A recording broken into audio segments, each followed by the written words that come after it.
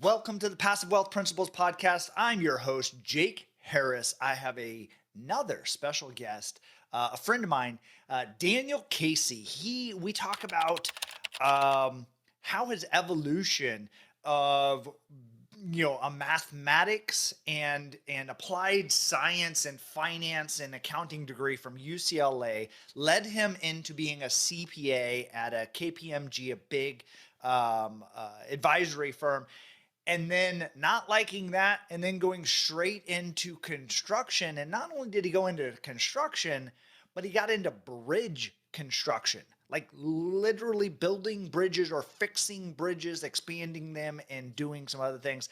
Certainly a clever workaround. Obviously, he's got the mental horsepower to jump into that and understand it, but it's just one of the first times I've ever heard of anyone just straight away getting into that, these seismic retrofits. Obviously, as that evolved and understanding how to run construction projects, he grew his company, started doing interesting value add propositions to apartments, and then realized that he was adding so much value to the project that he needed to be an owner. So we talked through his journey into moving to the other side and getting into being a owner of real estate. What a fantastic way that was to build his net worth, and especially with his experience of being a contractor. So I can't wait for you to hear this exciting episode with my friend, Daniel Casey.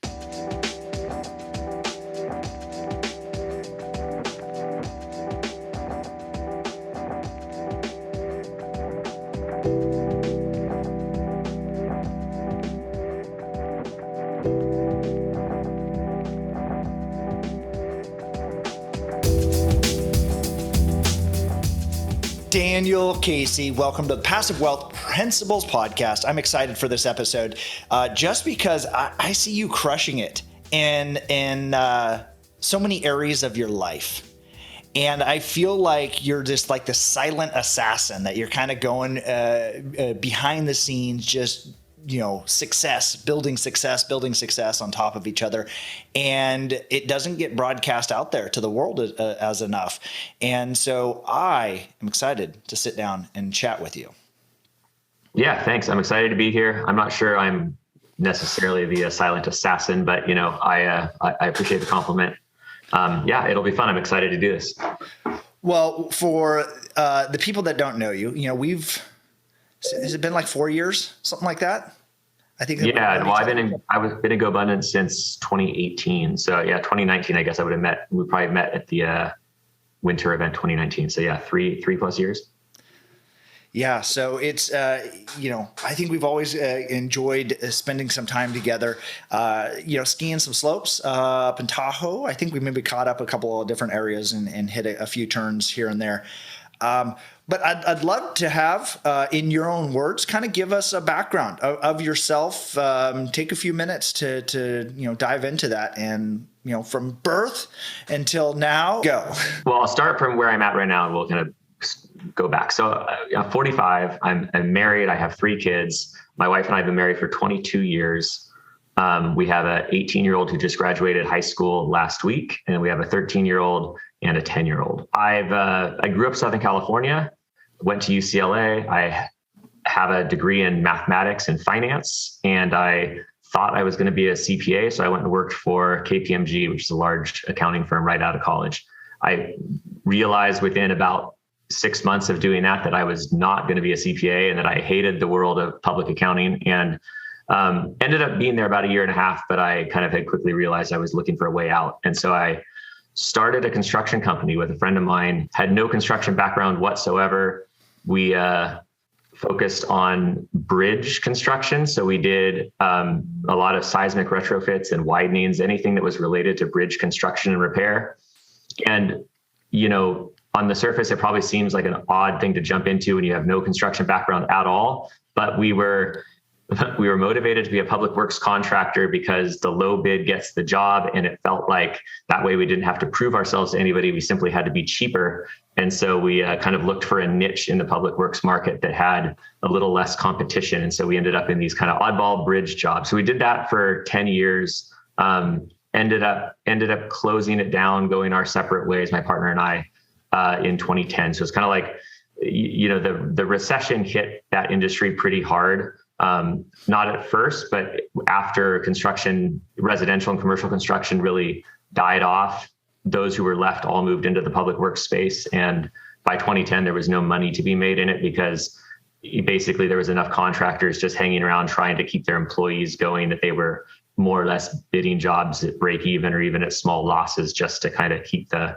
doors open. So we stopped doing that, I started my own construction company at that point, without a partner, and just started doing small commercial stuff. I mean, in the beginning, it was kind of like anything to pay the bills. The economy was really slow back in 2010, 2011.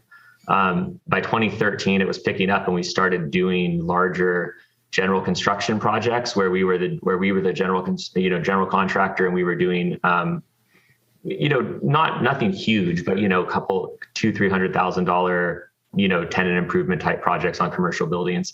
And then that just kind of grew over the next several years. We started doing some larger projects for some multifamily and senior living owners.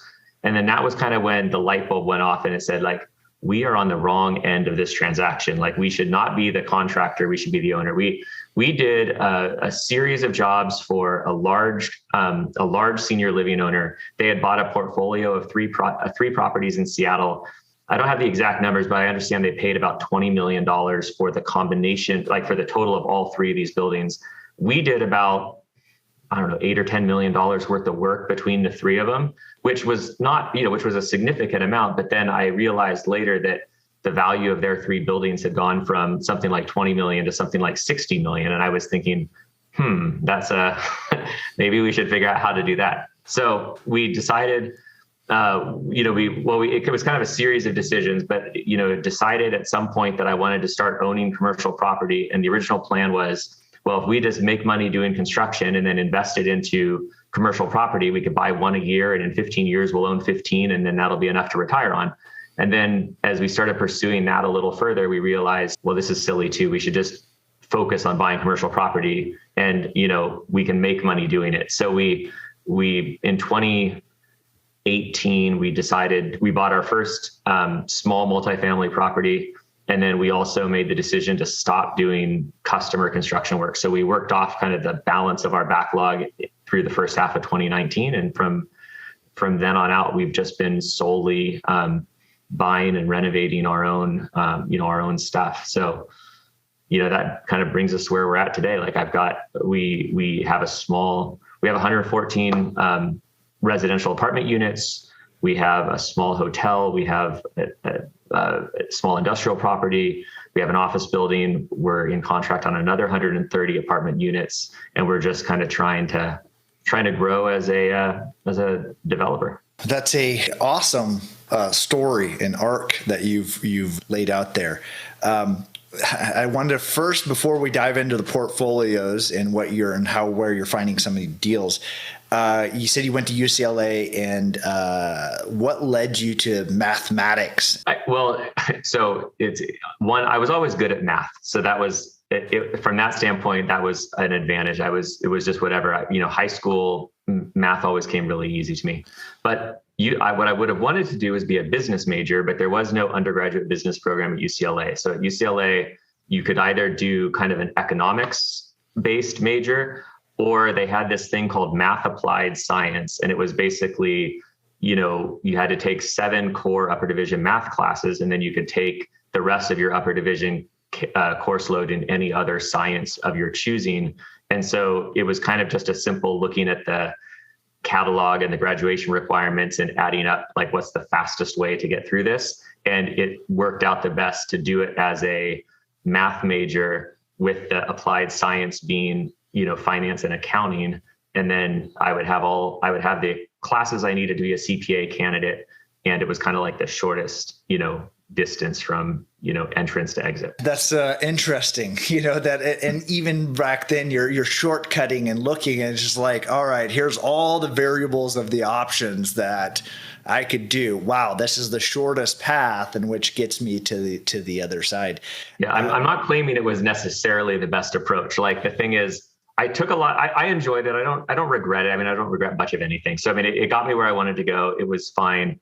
I took a lot of the math classes I chose to take were kind of a lot of the more practical things. Like I took a lot of statistics and like combinatorics and game theory and those types of classes.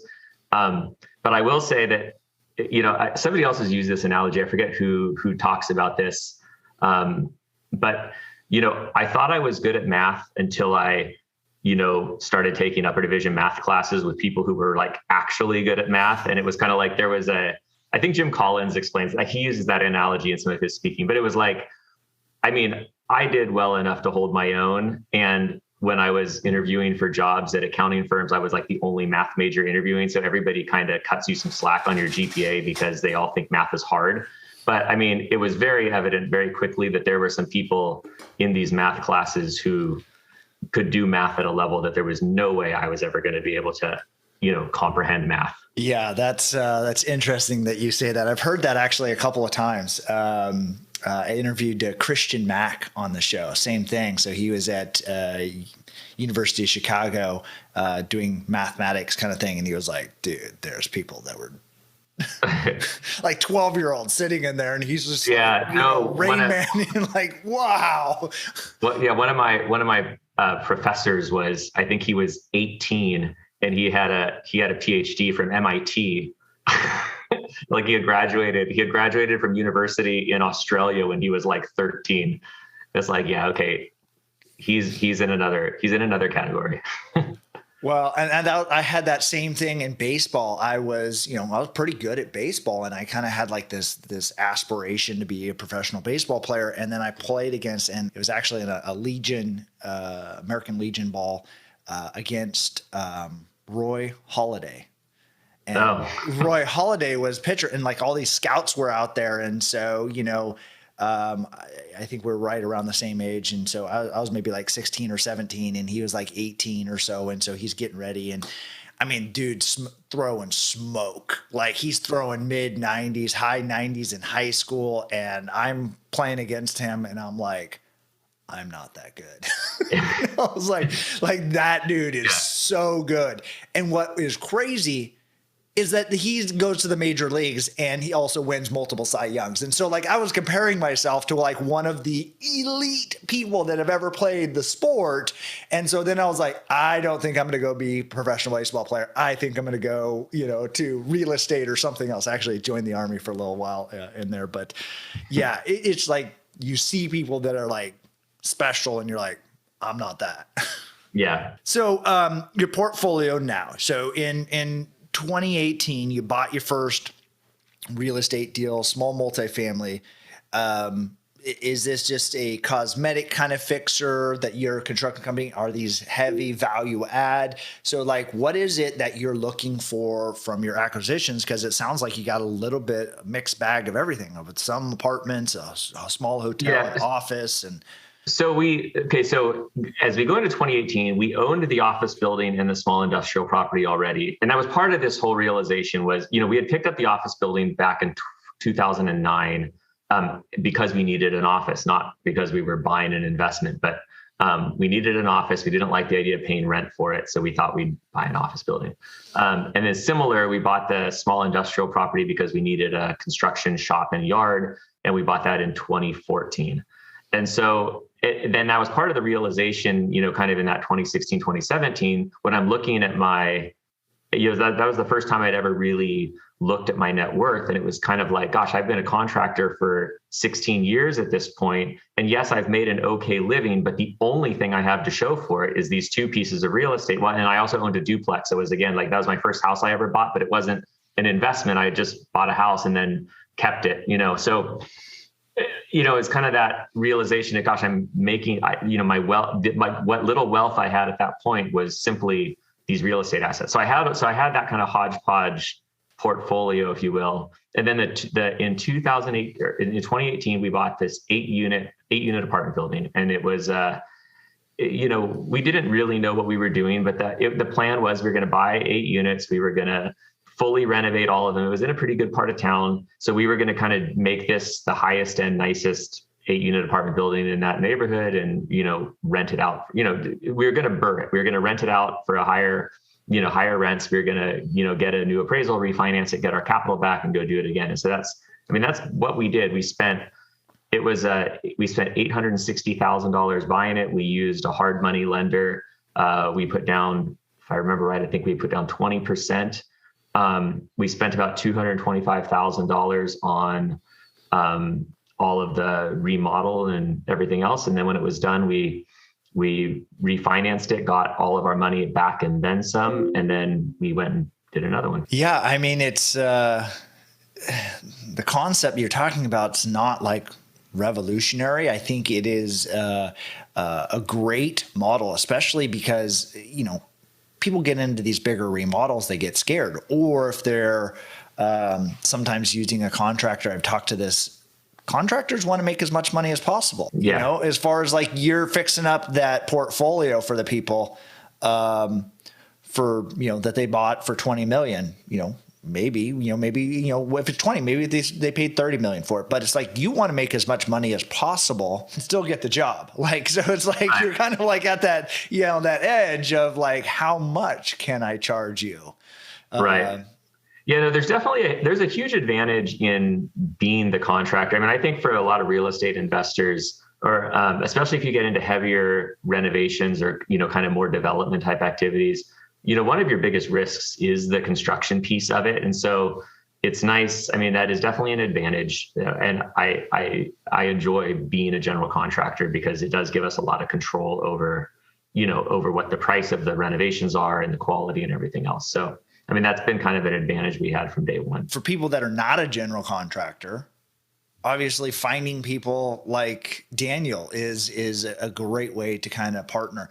Do you have any partners? Is this all, internal? Do you bring in any outside money? How are you structuring what you're doing today? So when we started doing this, the first 5 buildings we bought were all just our own money. It was kind of just all this BRRRR strategy that started from the initial seed money. I mean, I think we spent, we had about $300,000 that we invested into that first building. And so we kind of rolled that from an 8-unit to a 12-unit to a 10-unit to a 30-unit. So I guess maybe it's 4 buildings, not 5. And then the next building, we did partner with somebody. We bought a 64-unit building in 2020 or 2021. That was a much larger acquisition. It was a $9.8 million acquisition, and it's a couple $1 million worth of rehab. And so we partnered with somebody to bring the capital on that. The building we're buying right now, similar situation. It's again a much larger. It's a 130-unit building, even larger acquisition, and we're partnering with the same people on that job to bring the capital. Yeah, that's. I mean, are these primarily in your market? Because you're to Tacoma kind of area. Yeah, we're in the Tacoma market, and yes, we are. At the moment, we're 100% local. Everything we own is in Pierce County. Most of it's in the city of Tacoma. We self-manage all of our own properties. We do all of the maintenance. We're the GC on all the renovations, and so. For the way we're doing it right now, we're pretty hands-on, and it would be, so we've yet to venture into any other markets. Not that we wouldn't eventually, but there's a lot of solid fundamentals in Tacoma, and we're kind of excited to be part of just riding the Tacoma wave for a little while. So that's interesting. Being a contractor, let's say it's the similar as a lot of other people. I think, you can make a lot of money or making a decent living off of it, but it is a very similar being on that hedonic treadmill of, or hamster wheel, rat race, whatever you want to call it, grind. You're looking at it and you're like, hey, yeah, there's no recurring revenue, right? Like you're essentially, you're only as good as some combination of your people and your next job. So it's like that was kind of what was turning me off to it. And I looked at a handful of other things back in 2016 before I landed on real estate, but I was basically wanting something that had some recurring revenue or some sort of this intrinsic value, like something that could make money even if I wasn't, sitting there cranking away at the wheel, so to speak. So, but yeah, no, I mean, construction's great. It doesn't take a ton of capital to get started, but on the other hand, it's pretty asset light. So it's not like you own a factory or something, it's kind of like you're just a service provider. Yeah. And then obviously everybody wants, like you said earlier, the cheapest bid, Right. as far as, and so they'll cut you out, if somebody else has a cheaper bid. So that's always a challenge. So, you don't do any third party work, all your own still today? Yeah, no, since 2019, we have not done any third party work. Everything we've done is solely for ourselves. And do you pay yourself like normal going wages, or do you utilize your company to be able to have some efficiencies in your construction cost and maybe So, skinny? I mean, it's changed. I mean, in the beginning, these projects were little, and now these projects are getting bigger. But we basically relate to ourselves as if we were a design build contractor, and we basically pay it on a cost plus model. So from the construction company's point of view, they're primarily concerned with quality and volume. They don't, their profit margin's fairly guaranteed because they're not, we're not bidding the work to ourselves per se and then trying to do it for a fixed price. We're basically taking on the project and delivering, we're just, kind of designing it and doing it as we go. Yeah, that makes sense because it's, then you're not necessarily losing money, but I've found that you can oftentimes move faster when you're in that, kind of realm. Yeah, maybe you pay a little bit more than what you could get out there in the competitive marketplace, but gathering bids sucks. Yeah. Well, and then the other thing is, for the most part, we have a sense of what the budget is for the overall project. So, I mean, if you buy a building for $1 million and your plan is to put 200,000 into it, it would take a lot of effort to know exactly how you were spending that $200,000 on day one. And the nice thing about doing it this way is we have a lot of ability to pivot. If we run into an obstacle and something costs more than we initially thought, rather than just have to go increase the price of the overall project, it's pretty easy to start looking at the overall scope and figuring out, well, how can we change or pivot or work around this in some way? And so we can, again, because the contractor's interests are aligned with us as the developer, it's, we're not, the contractor's not trying to add scope. You know what I mean? Like every problem isn't a new revenue opportunity for the contractor. It's just, we're all kind of working together to get it done. Yeah, I think that's a good point. Not trying to add scope, because I know a lot of other contractors and change orders are how they make their money. They get in, they low bid you, and then all of a sudden you just get like hammered, change order. And then it's just like, what the hell? That's how they make their money. And that may be their business model and methodology. But obviously, having a little bit of your hand in both operations allows you to kind of control that a little bit.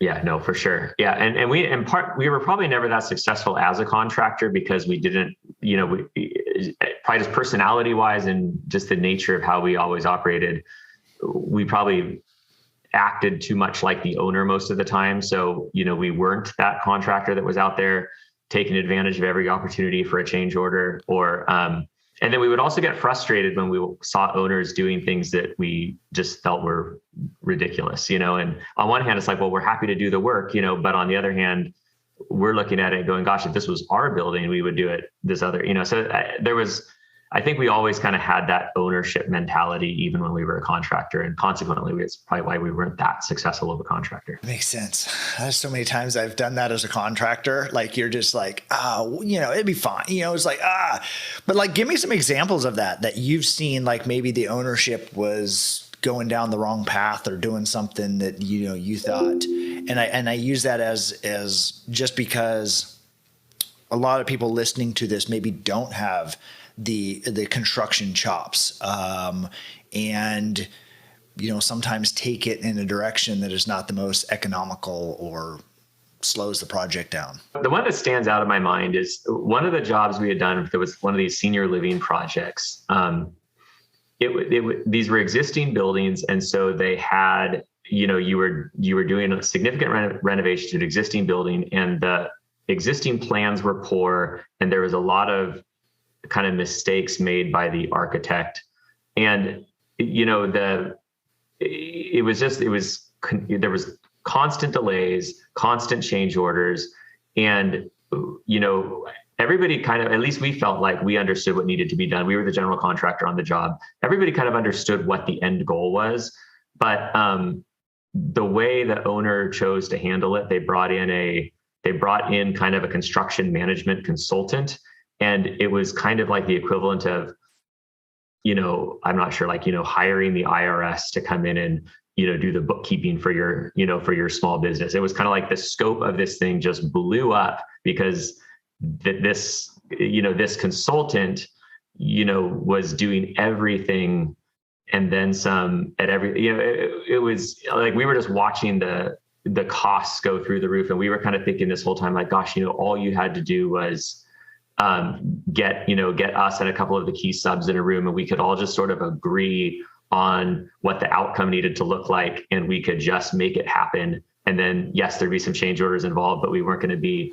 recreating this, massive, it was just we just felt like it was just frustrating because everybody felt it, us, all the subs, everybody kind of was like, this is ridiculous. This is so overkill. There's so much delays happening. And yet, we were just the contractors. We didn't have any say, and it wasn't our money. It was the owner spending their money. So ultimately everybody just kind of got on board and did what they asked us to do. And, but I mean, millions of dollars were being wasted. Yeah, that's, it's frustrating to be a part of, as far as, I've seen things also like, I don't know if you've ever had it. Have you ever had to rework or tear something out because it was like, we didn't really like that tone of that tile or, flooring or something like that. Go tear it out. Yeah, thankfully we've never had to like tear down massive things, but yeah. And the thing is, that is what people don't appreciate. And even I don't appreciate is like, that's like the most disheartening thing for a trade worker. Like, I mean, the thing is, even though they're getting paid by the hour, and you would think they shouldn't care what they're doing. It's like, look, you get to build it again. Like, you're getting paid twice, but like, there's nothing that demoralizes construction workers more than tearing out work or redoing things. And so, yeah, we, definitely try to avoid it at all costs. Yeah. That's at least, cause I've been there. Like, it is like, you're like, look, you're getting paid. And you're like, I don't care. Like, it was like, there's almost no amount of money that makes it worth it, that when you're redoing and be like, oh, you know what? I decided I don't like those tiles. Like, let's just tear them all out and redo it. And you're just like, what? I just want to burn down your property. Just like, this so angers me right now. Yeah, I know it's challenging. So, and at least fortunately, when I've done that on the construction of my own projects, I just make a note. Next time, I'm not going to use that tile. We're good enough for right now. Yeah. And that's the beauty of doing your own stuff, is you do kind of, I mean, we've made lots of errors along the way where it's kind of like, okay, mental note, don't do it that way again. But hey, we've got 100 more units to do. So we'll have a couple that we don't love the way the tile turned out, and the next 98 will look great, Yeah. So yeah, that's a big advantage of doing your own stuff. So now, I mean, your wealth has, let's say, exponentially changed or multiplied because you've started, and moved into that kind of owner's position. And so, like, what is it that you're looking for to continue to add into your portfolio? I mean, it started with just, necessity. I need an office, I need an industrial building, but now it seems like there's a little bit more intentionality behind what you're going after. So like, what is it that you're going after now today as someone that's, kind of a design build GC? So when we first started, we had made the decision that we were going to do multifamily, and that was basically because we had some multifamily experience as a contractor.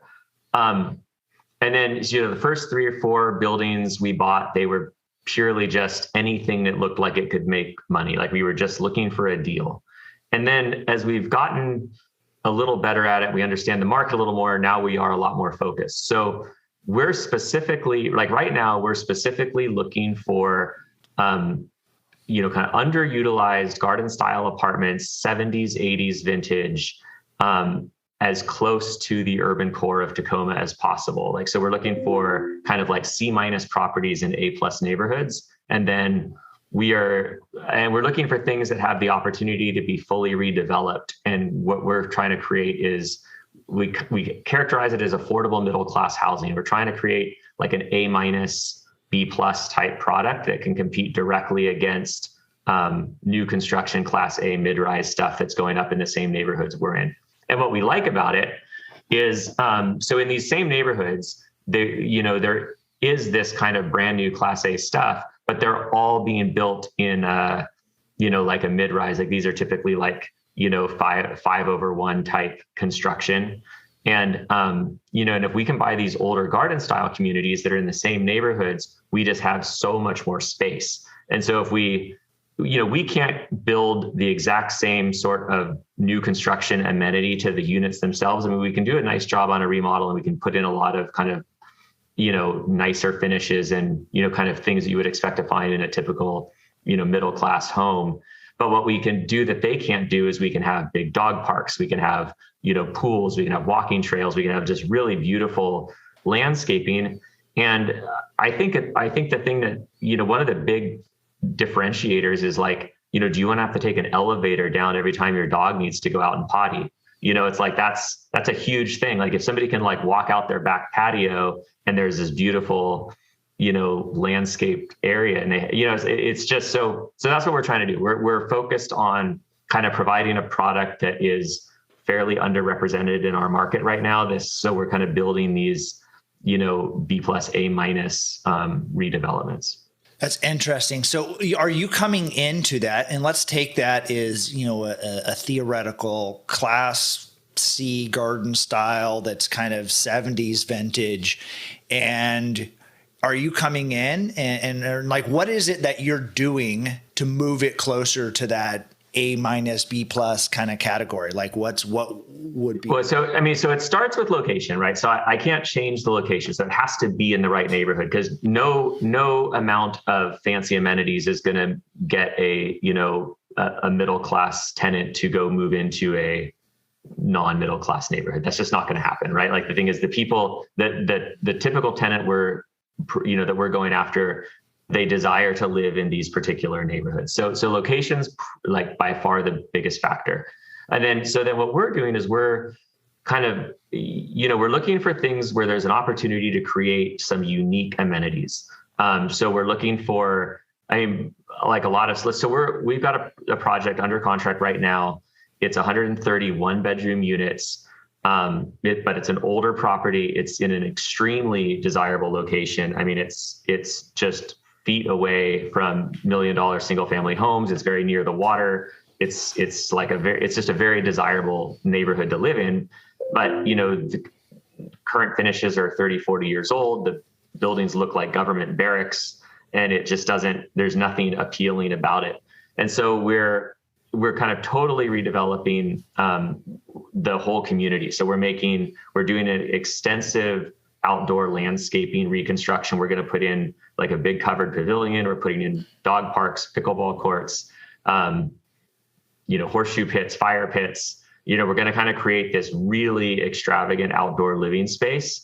And then it'll kind of be this, so there'll be these small one bedroom apartments that don't have any kind of patio or balcony. So it's a unique style of construction for Tacoma.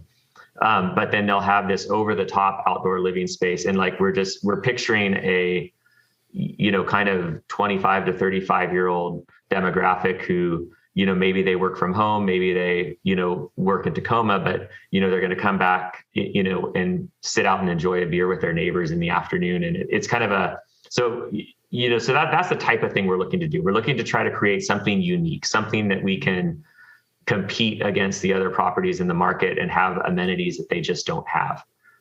Like to my knowledge, there's no apartment building in Tacoma that has any sort of a summer camp like outdoor park where they can, sit around a fire pit and enjoy a beer with their neighbors. I like that. I like that idea of being unique, just because if you're just in an arms race for the other amenities of mid-rise, 5-story or, whatever that is, a 5/2 or 5/1, 5-story stick kind of built, yeah, you got a golf simulator and maybe a dog wash station, but it's on the other side of the entire building and you don't have the green. You can be and do something unique there. So that makes a lot of sense. Are you going to continue just to stay in that multifamily? And so are you just doing a kind of a BRRRR method with these refinancing, and then pulling your money out once it's stabilized, or do you sell these? No, I mean, our goal is to be long-term owners. So, and the investors that are investing with us and partnering with us on these are have the same goals. I mean, we are looking to refinance and return capital, but we're not looking to sell. So the idea would just be to kind of roll over that capital and, as we complete projects, do it again. And that's, so, I mean, and so we are specifically looking for enough value add in these jobs that it's reasonable to return capital in 2 to 3 years and do it again. I mean, I know a lot of syndicators have a model that's based on that ultimately results in a sale, 3 to 5 years out. And we're trying to avoid that if we can. Like our primary goal would be to return capital through a refinance event and then just hold it indefinitely. I love that model. Just because there's so many times that I've had investors that are like, now what do I do with this money? And now I have a tax burden, or, I think there's, let's say it's basic math. It's not high level UCLA upper division math. Basic math: buy cash flowing properties and hold forever. Right. Well, and I think what gets lost with a lot of passive investors who are investing in these types of deals is, if you're comparing IRRs and that's the only metric you're looking at, it doesn't take into consideration the velocity of money. And so you can actually get lower IRR projects that'll give you significantly higher returns if you get your capital back quickly and you can do it again. And so so on the surface, that's kind of our model. Like you're not necessarily making a ton of money. Like neither us nor the investors are necessarily making a ton of money in the first few years. Our goal is to complete the project and get the capital back. But then now you've got this endless stream of money that you have no capital tied up in, and you can go reinvest your capital and do it again. And so if you kind of chart that out over a period of time, it's significantly it's significantly higher returns than if you were just investing in like a 17% IRR project and it ended every 3 or 5 years and then you had to start over. We're trying to create essentially like an endless stream of cash flow. Yeah, kind of an infinite return because you have your money back out. You're playing with house money. Exactly. Yeah, I think there's a lot of for the listeners that's like super clever because you get an exit. These are before tax numbers. This 17% return. Well, the tax man wants his cut. And, so then you're either,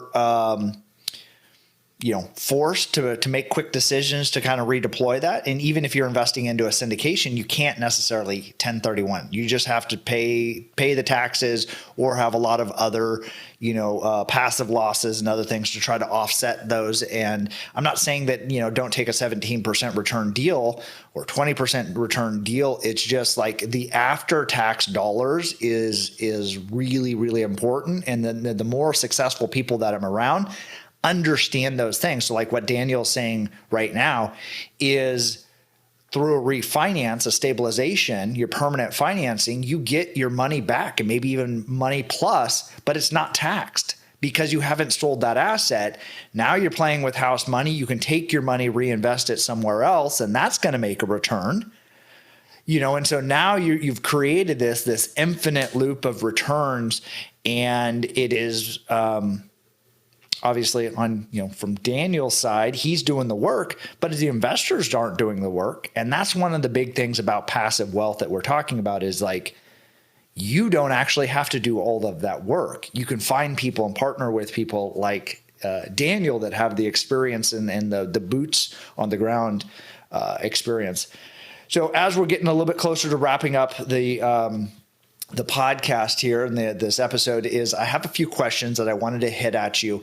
What is one thing that you have spent money on that has given you more freedom, or maybe even been the best return on investment in your mind? So, like, I think the thing that jumps in my mind, and instantly when you ask that question, is we have two modest vacation properties. We have I've got a cabin on 40 acres in Eastern Washington. It's a very rural piece of property. It's no power, no water. It's just a dry cabin setup. And then we also have it's a glorified timeshare. It's a 1/9 ownership in a residence club down in Palm Springs. And on the surface, we bought both of those two things when we probably couldn't afford to, we didn't have millions of dollars of net worth. We just had cash and it was burning a hole in our pocket. And so, we bought a cabin and we bought this share in this residence club. But I would say that in terms of benefit to, my family and to me personally, and it's just been such a great experience to have places to go that we can get away and, recharge, get some clarity. Going to the cabin with no cell coverage and everything else is a wonderful experience. So, and there was also probably a element of, even though we didn't necessarily have the finances that probably would have traditionally justified spending that percentage of our net worth on those assets, there was a feeling of like pride, hey, we own a vacation home. It's like, I don't know, there was a little bit of that, proving to yourself that you can do it. So that's what I would say. That's an awesome answer. I love that.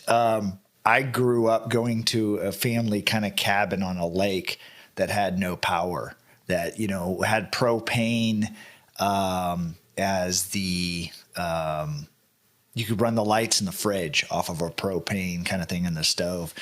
And we loved it. That's some of our best memories ever. So I love that answer because it brings back the nostalgia of my youth.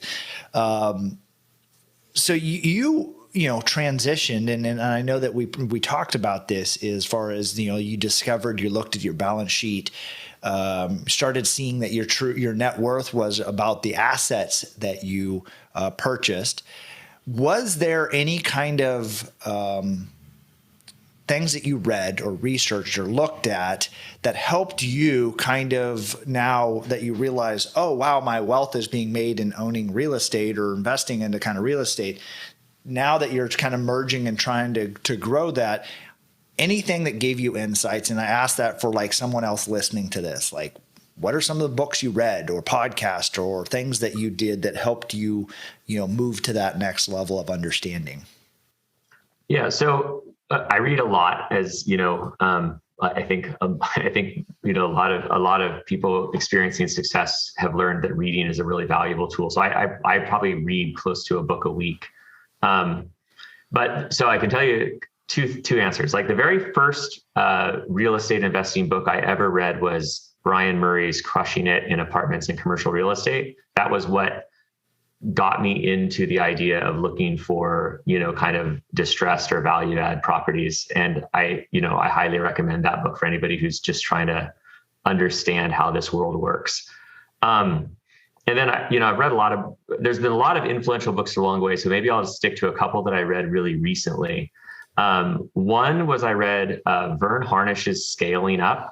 It was originally called The Rockefeller Habits. I don't know if you've read that one, but I'm a big fan of EOS and Traction. I read Gino Wickman's Traction a handful of years ago, and someone recently told me I needed to read Vern Harnish's Scaling Up. And it's interesting because it's a much older book, but it's pretty evident that Traction's essentially like the simplified version of this Scaling Up or the Rockefeller Habits. So that was a really good book.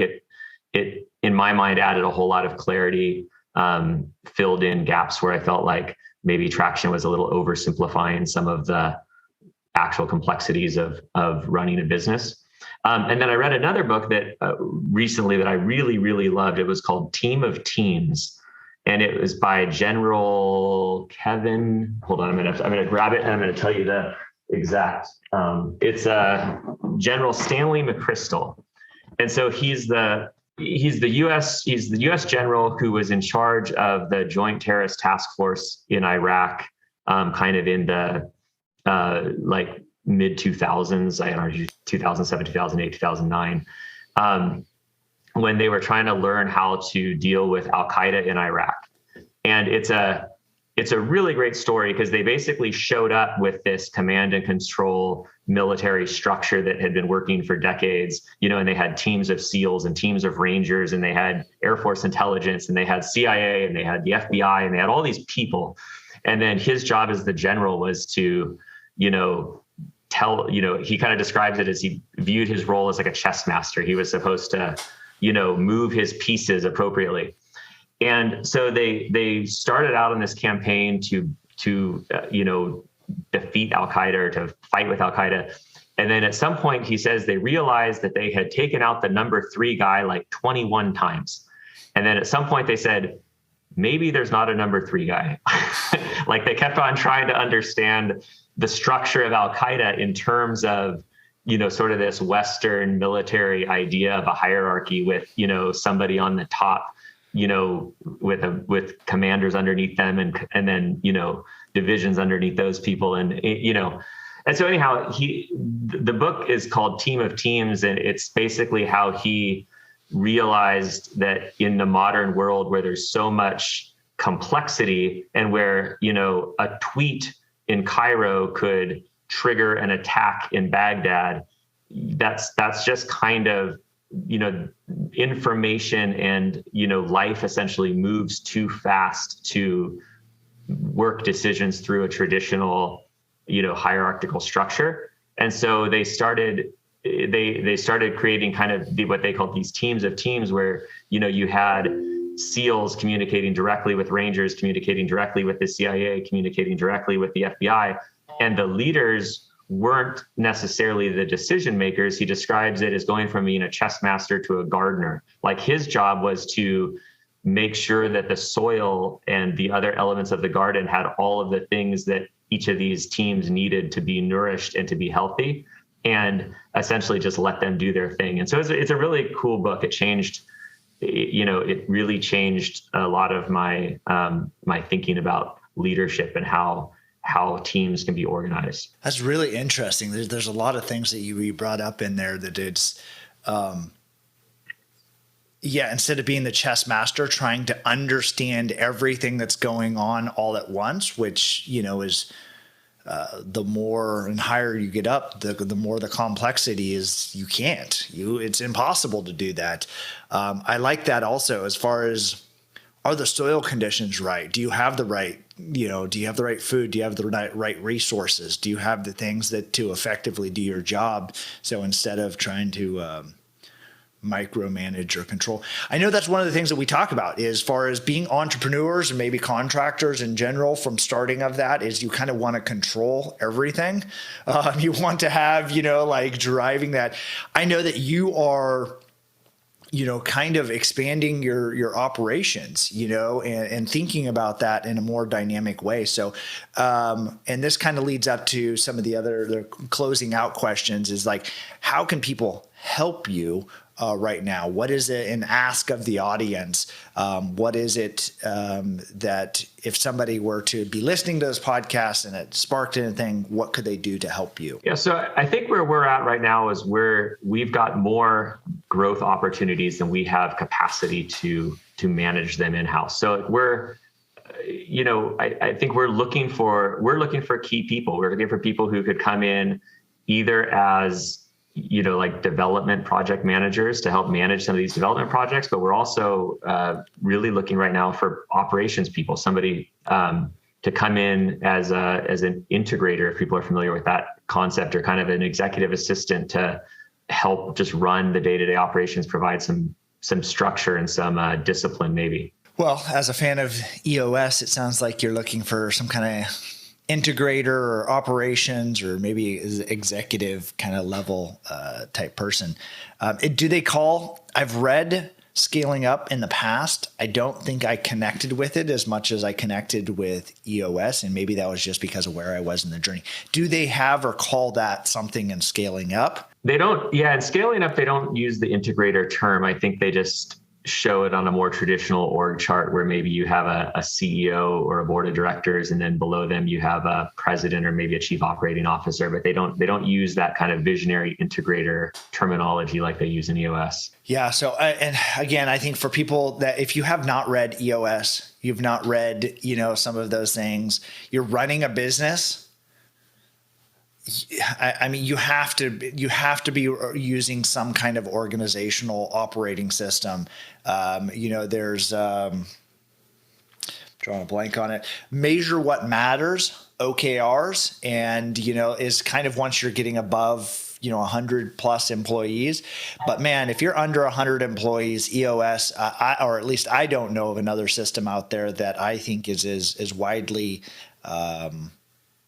successful or used as that program. Yeah, no, I agree. It's so easy to, you can read the couple books and it's so easy to grasp, and you don't even have to implement it 100%, right? Like the thing is, like I know just about everybody I know runs some version of EOS, and I'm sure that very few of them look the same, right? Everybody kind of has their own adaptation, but I mean, there's just so much wisdom in the system and in the book. Well, was it interesting? I was interviewing the other day, and they said they were 80 or 90% accurate on EOS. They brought in an EOS implementer to help them refine it. And they said that last 10% allowed them to grow exponentially. So they were doing, and they said that last 10%, we 10x'd our organization.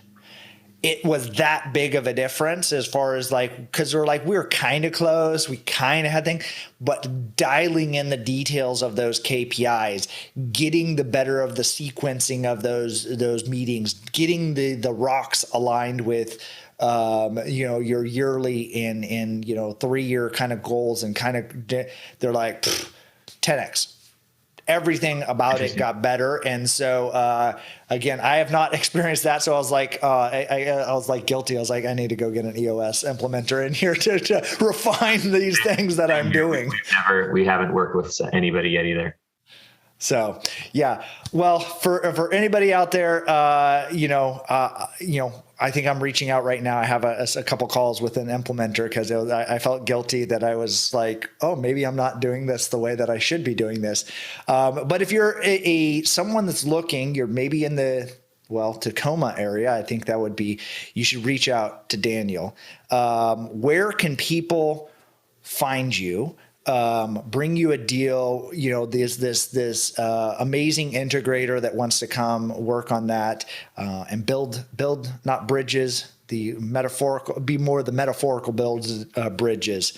How can they connect with you? You can find me on Facebook, although I don't do a lot of business related Facebook posts, but you can certainly find me out there. I'm also on LinkedIn, and again, I'm not a heavy user of it. You can go to our website, which is north40capital.com. Or you could just email me. I'm Daniel at BlackRockNW, like Northwest.com. So you're a multi-trillion-dollar company? Yes. That's the BlackRock. No, BlackRock North. No, the other BlackRock. All right, Daniel. BlackRock's the name of our construction business. So we have BlackRock Construction is what we've been operating. So my email address is based in that BlackRockNW.com. Well, that would be cool if you're actually the $1 trillion wealth management shop. You'd be so under the radar of that.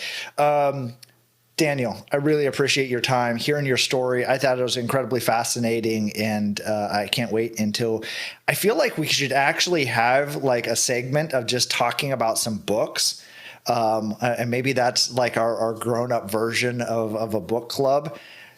Every time I talk to you, you have such insight and so many books that are great. And I'm, got to go now buy Team of Teams because I have not even heard of that one, and it sounds fantastic. Yeah, no, that sounds like fun. I love, I love uncovering, new books. Same thing. I had never heard of Team of Teams. I heard it was, somebody mentioned it offhand, maybe in a podcast. I don't even remember where I heard of it, but I I love finding these books that are kind of maybe not the mainstream, popular business read, but they're really good.